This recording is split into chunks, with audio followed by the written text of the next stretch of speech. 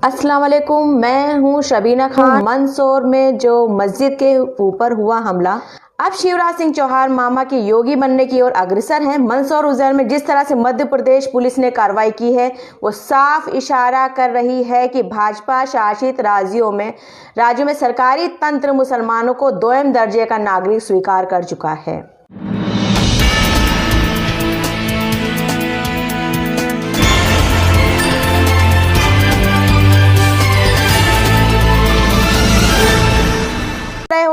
क्या आपके भगवान राम यही चाहते हैं? क्या उन्होंने ये बोला है कि आप दूसरों की इबादत गाहों को तोड़ो और हम खुश हैं? ये तो ना हिंदू में आते हैं और ना मुसलमान में आते हैं, ये लोग सिर्फ और सिर्फ आतंकवाद में आते हैं। कौन सी गीता में लिखा हुआ है कि भगवान राम चाहते हैं कि आप दूसरों की इबादत गाह को तोड़ो? कौन सी गीता में लिखा हुआ है कि भगवान राम चाहते हैं या भगवान कृष्ण चाहते हैं कि आप दूसरों से नफरत करो, दूसरों की लाशें बिछाओ? कौन भगवान चाहता है? आप मुझे जवाब दें। कौन भगवान चाहता है कि आप दूसरे समुदाय को परेशान करो? गीता, कुरान, बाइबल, हर किताबों में लिखा हुआ है कि शांति से रहें, एक दूसरे से प्यार करें, एक दूसरे के साथ रहें। हर धर्म, हर किताब यही सिखाती है। तो ये कौन सा आतंकवाद कर रहे हैं ये लोग? क्यों कर रहे हैं ये आतंकवाद? किस तरीके से ये आतंकवाद किया जा रहा है? जबरदस्ती किसी मस्जिद के सामने जाकर और वहां पर नारेबाजी करना, ये क्यों किया जा रहा है? आप अगर चंदा मांगने जा रहे हो अपने राम मंदिर के लिए, तो आप शांति से मांगे, और नारेबाजी करके फिर मस्जिद तोड़ने लगे, वो भी पुलिस और प्रशासन के सामने। ये किस तरीके का, क्यों हो रहा है? इतनी खुली छूट कैसे? वहां पर सबने वीडियो देखा है कि पुलिस की गाड़ी खड़ी हुई थी। पुलिस की गाड़ी खड़ी होने के बावजूद वहां पर पुलिस खड़ी हुई है, ये भी वीडियो में देखा जा रहा है। उसके बावजूद लोग नारंगी झंडा लेकर, भगवा झंडा लेकर, और वहां पर जाकर मस्जिद के ऊपर भगवा झंडा फहरा रहे। इतनी छूट पुलिस के सामने, ये साफ इशारा करती है कि जाओ तुम तोड़ो मस्जिद, हम तुम्हारे साथ हैं। कि जाओ लहराओ भगवा मस्जिद के मीनार पे, हम तुम्हारे साथ हैं। कि जाओ और तोड़ो मस्जिद, और मुसलमानों को हम जेल में बंद करेंगे और तुम्हें कुछ नहीं होने देंगे। ये खुली छूट दी हुई है प्रशासन ने, पुलिस ने, सरकार ने, मंत्री ने, कि जाओ एक समुदाय को निशाना बनाने की ठानी है। आखिर क्यों इतनी नफरत करके राजनीति करना, उस पर रोटियां सेकना, ये कहाँ की बात है? आज तक तो इस तरीके से नहीं हुआ।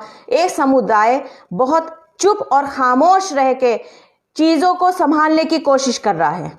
एक समुदाय मुसलमान, मैं मुसलमानों की बात करूं, मुसलमान चुप हैं, खामोश हैं, क्योंकि उनको कानून पे भरोसा है, क्योंकि उनको सुप्रीम कोर्ट पे भरोसा है, क्योंकि उनको पुलिस पे भरोसा है, क्योंकि सबका साथ सबका विकास कहने वाले प्रधानमंत्री पे भरोसा है, क्योंकि मुसलमान जानते हैं कि हमें इंसाफ मिलेगा, हमें न्याय मिलेगा, हमारे साथ जो गलत हो रहा है उसका साथ दिया जाएगा और प्रशासन उसका साथ देगा, पुलिस साथ देगा। लेकिन क्या हो रहा है कि जब कोई मस्जिद तोड़ी जा रही है, वहां पर पुलिस मौजूद है, और वहां पर मौजूद होने के बाद भी हमला किया जा रहा है। आखिर कब तक, कितना इम्तिहान लिया जा रहा है एक अल्पसंख्यक जो समुदाय है उनका? कब तक चुप रहेंगे? क्या कानून वाकई सबके लिए बराबर है?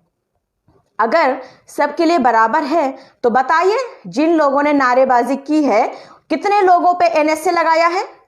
या जिन लोगों ने मस्जिद के ऊपर भगवा फहराया है, कितने लोगों पे उन्होंने एनएसए लगाया है? किसको गिरफ्तार करके जेल भेजा है? अगर आपके पास कोई जानकारी हो तो आप मुझे जरूर बताएं।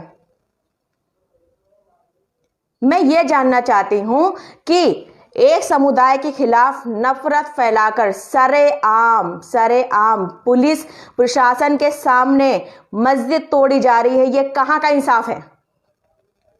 क्यों तोड़ रही है हमारी मस्जिद? और पथराव करने पे आप घर गिराए चले जा रहे हो। वहां पे आप कह रहे हो कि इन्होंने पथराव किया है तो उनका घर, आप बुलडोजर चलवा दिया घर के ऊपर। उल्टा ही उस समुदाय के ऊपर इन्होंने अपना डंका बजा दिया कि जो समुदाय खामोश था, जो समुदाय नहीं बोला था, उनको पत्थरबाजी के इल्जाम में एनएसए लगा दिया, पत्थरबाजी के इल्जाम में उनको जेल भेज दिया, पत्थरबाजी के इल्ज़ाम में उनका घर बुलडोज़र चला दिया घर के ऊपर। लेकिन जो लोग नारेबाजी कर रहे थे नारंगी झंडा लेके, अपना वो भगवा झंडा लेके, उनके ऊपर कोई कार्रवाई नहीं की गई। इस तरह से उधमबाजी करके, नारेबाजी करके दूसरों की इबादत गाहों को तोड़ना मुसलमान ने नहीं सीखा है। तुम लोगों की किताब में लिखा होगा, गीता में लिखा होगा, गीता में भी कहीं मुझे कोई दिखा दे कि लिखा हुआ है कि दूसरों, आप मुसलमानों की या दूसरों की इबादत गाह को तोड़ो और तुम्हारे भगवान खुश हो जाएंगे। कौन कहता है ये? तो किस तरह के ये धर्म के लोग हैं जो इस तरीके की घटनाओं का अंजाम दे रहे हैं? जानबूझ के पाले गए आतंकवादी हैं ये। नफरत फैलाने के लिए पाले गए आतंकवादी हैं जो नफरत फैला के इस देश में और बेकसूर लोगों के ऊपर जालसाजी करके उन पर एनएसए और उन पर गिरफ्तारी और उनके घर पर बुलडोजर चलाया जा रहा है। ये बहुत गलत हो रहा है।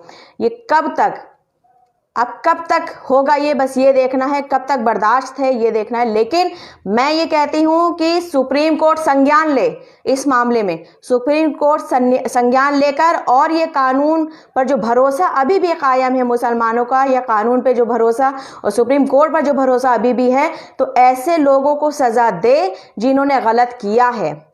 हमारे बहुत सारे हिंदू भाई हैं जो गलत को गलत और सही को सही कहते हैं, और मुस्लिम आज भी उनसे ताल्लुक़ रखते हैं और आज वो भी हम लोगों से ताल्लुक़ रखते हैं। हमारे बहुत सारे ऐसे लोग हैं, हमारे हिंदू भाई बहुत हैं जो हमें सपोर्ट करते हैं। तो ऐसा ही भाईचारा हमें फैलाना है, सरकार को फेल करना है।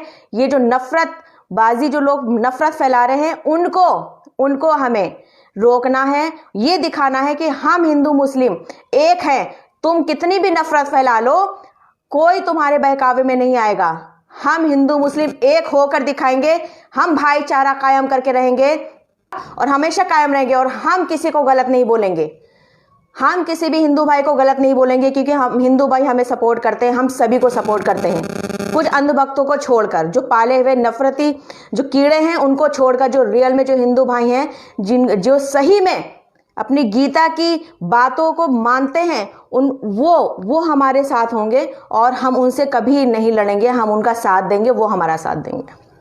बस दुआ करती हूँ कि इंशाल्लाह आने वाले 2021 में जो नया साल है उसमें बहुत कुछ अच्छा हो और इस नफ़रत को जलाकर स्वाहा करना है और भाईचारे को कायम रखें और नए साल में सभी लोग खुशियाँ बांटें अपने घर में, अपने परिवार में और अपने दोस्तों के साथ, और हिंदू मुस्लिम आपस में भाईचारा कायम रखें। बस यही मेरी दुआ है और यही मेरी विश है कि आने वाले नए साल में हम सभी फिर से हिंदू मुस्लिम एक हो जाएं, नफ़रत को भुलाकर। बहुत बहुत आपका शुक्रिया।